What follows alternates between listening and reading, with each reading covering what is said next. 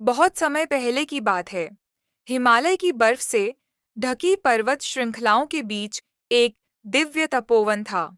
वहीं पर एक अत्यंत सुंदर और तेजस्वी कन्या ने जन्म लिया। वह कोई साधारण बालिका नहीं, स्वयं पार्वती थीं, पर्वतराज हिमवान और रानी मैना की पुत्री। बाल्यकाल से ही पार्वती अत्यंत शांत और विनम्र थीं। वे अक्सर मंदिरों में दीप जलातीं, फूल अर्पित करतीं और मन ही मन शिव का नाम जपतीं। उनकी आंखों में भक्ति की ज्योति थी, जो किसी दीपक की लौ की तरह स्थिर और उज्जवल थी।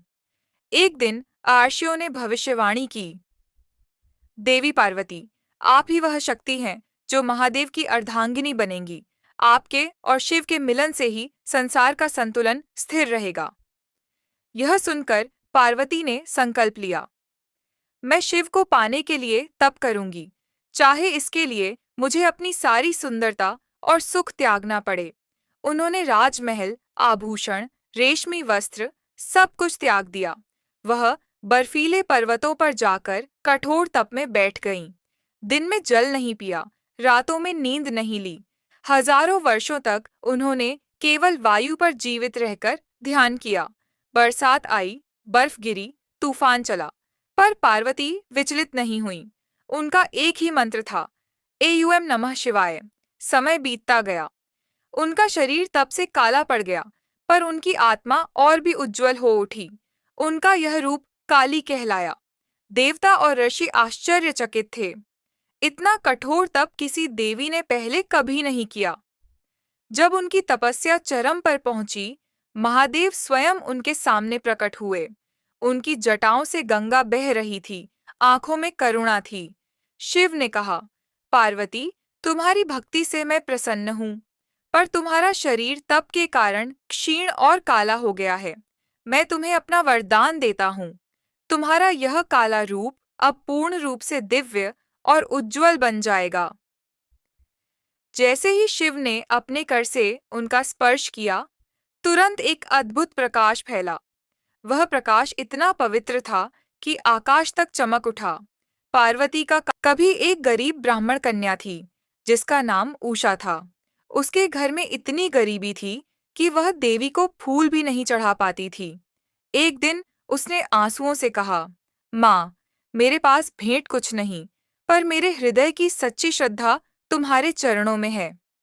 माँ, महागौरी उसी रात उसके सपने में प्रकट हुई और बोली, उषा, भक्ति धन से नहीं, भावना से होती है। कल जब सूरज उगेगा, तेरे जीवन में भी उजाला आएगा। अगले ही दिन उसके घर के बाहर एक साधु आया, जिसने कहा, बेटी, माँ महागौरी ने मुझे भेजा है, यह तेरे लिए आशीर्वाद है। साधु ने उसे एक सुनहरा दीपक दिया। जैसे ही उषा ने दीपक जलाया, उसके घर की दीवारें चमक उठीं, मानो माँ स्वयं वहां विराजमान हो। उस दिन से उसका जीवन बदल गया। उसके घर में समृद्धि, प्रेम और शांति बस गई। माँ महागौरी सिखाती हैं कि सच्ची सुंदरता बाहरी नहीं, अंतर्मन की निर्मलता में होती है। जब मन पवित्र होता है, तभी जीवन में प्रकाश फैलता है। उनकी पूजा करने से पाप धुलते हैं, जीवन में नई ऊर्जा और पवित्रता आती है। जो भी व्यक्ति कठिन समय से गुजर रहा हो, उसे माँ महागौरी के चरणों में श्रद्धा रखनी चाहिए। कहा जाता है, जो भक्त अष्टमी के दिन माँ महागौरी की पूजा करते हैं, उनके सभी दुख, भय और असफलताएं दूर हो जाती हैं। माँ उन्हें नया जीवन, नई शुरुआत और सच्ची खुशी देती है। एक बार एक व्यापारी ने भी माँ से प्रार्थना की, माँ, मैं जीवन के अंधकार में खो गया हूँ, कृपा कर मुझे मार्ग दिखाओ। माँ ने उत्तर दिया, दीप जलाओ और उस दीपक की लौ में अपने मन का अंधकार देखो। जब तुम भीतर की बुराई को पहचान लोगे, तब सच्चा प्रकाश अपने आप मिल जाएगा। व्यापारी ने वैसा ही किया। धीरे धीरे उसके मन से लालच मिट गया और उसकी आत्मा निर्मल हो गई। यही माँ महागौरी की शिक्षा है। पवित्रता ही सबसे बड़ा वरदान है। जब संसार में सच्ची भक्ति घटने लगती है, माँ महागौरी श्वेत रूप में प्रकट होती हैं। वे सफेद पुष्पों की माला धारण करती हैं और उनके चारों ओर शांति की आभा फैलती है।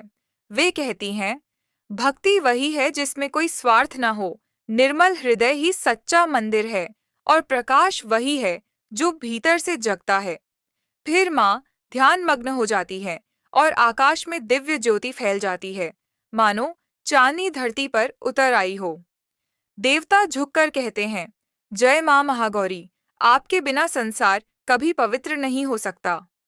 यदि इस कथा ने आपके हृदय में भी शांति और पवित्रता की ज्योति जलाई है, तो इस वीडियो को लाइक करें। माँ दुर्गा की दिव्य कथाएं सुनने के लिए हमारे चैनल को सब्सक्राइब करें और कमेंट में लिखें, जय माँ महागौरी।